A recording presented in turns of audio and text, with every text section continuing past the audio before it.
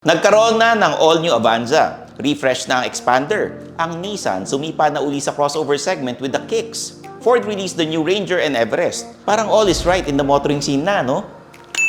Pero wait, ano to? Bakit may bagong MPV na namataan sa Pilipinas? Yan ang aalamin natin ngayon in this quick look of the Nissan Livina. As always, like this video dahil alam namin gusto nyong kayo ang nauuna sa balita. Mag-subscribe na rin kayo sa channel namin. Para saan pa ba ang subscribe button kung hindi nyo pipindutin, di ba? Kotse ba?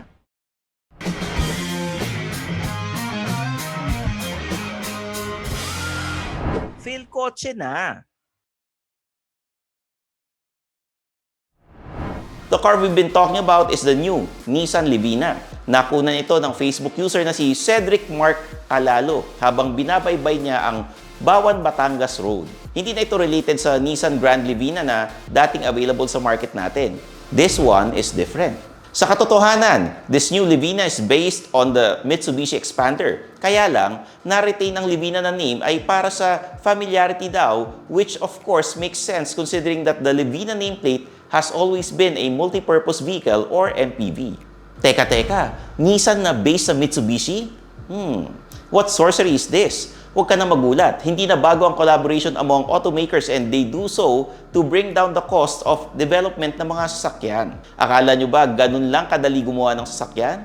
Kaya nga may Toyota GR86 and Subaru BRZ, Toyota GR Supra and BMW Z4, yung dating Isuzu MU-X and Chevrolet Trailblazer. In a nutshell, ang tawag dyan ay rebadging and that's totally normal. In the case of Nissan and Mitsubishi, they've been working together as part of the Renault-Nissan-Mitsubishi Alliance. To cut the story short, the three companies share technological and developmental costs, allowing them to strategize their approach to corresponding markets. Mabalik tayo sa Livina. This generation of the Livina was introduced in 2019 sa Indonesia. Dahil based nga ito sa Expander, expect almost the same body dimensions with the Nissan Livina. Ang biggest difference ito ay ang front face dahil sa V-motion grille and more rounded corners ng front bumpers. Actually, kung front lang titingnan mo, malayo siya sa Expander eh. Although yung magkahiwalay na DRL and headlights are both from the Expander, yung DRL graphic ay distinctively Nissan naman na para bang tilted na DRLs ng Terra. Pagdating sa gilid, kitang-kita mo na shared body siya with the Mitsubishi. The character lines, floating roof design, pati yung bulge ng wheel arch pareho. Sa likod naman, halos pareho ang taillight niya, pero the Nissan Livina employed a different rear bumper design to make it more distinct. Nahati sa dalawa ang fog diffuser nito instead of one big accent tulad ng sa Expander. The interior is expected to be similar sa Expander, although mas kahawig niya yung pre-facelift version. From the dashboard design, accents sa doors, yung rear air vents and the high-rise center console, magkakatalo lang sa final design ng steering wheel sa touchscreen and possibly pati sa gauge cluster.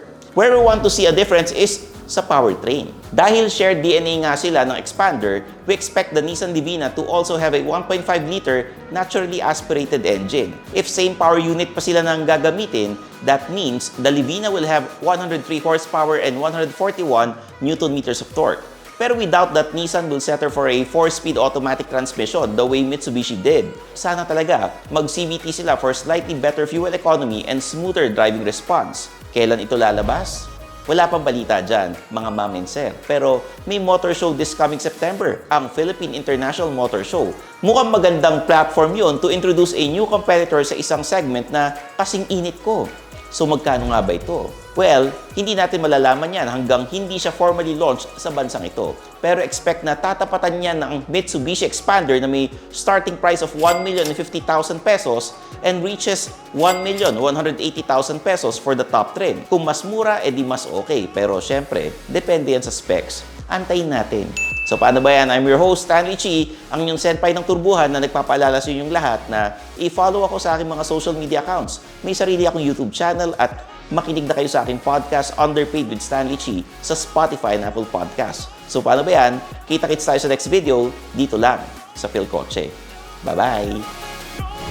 Thanks for watching! For the latest news, reviews, and anything you want to know about cars and car ownership, visit philkotse.com. Follow us on YouTube, Facebook, Instagram, and Spotify para hindi ka huli sa usapan. Tandaan, kotse ba? fail kotse na.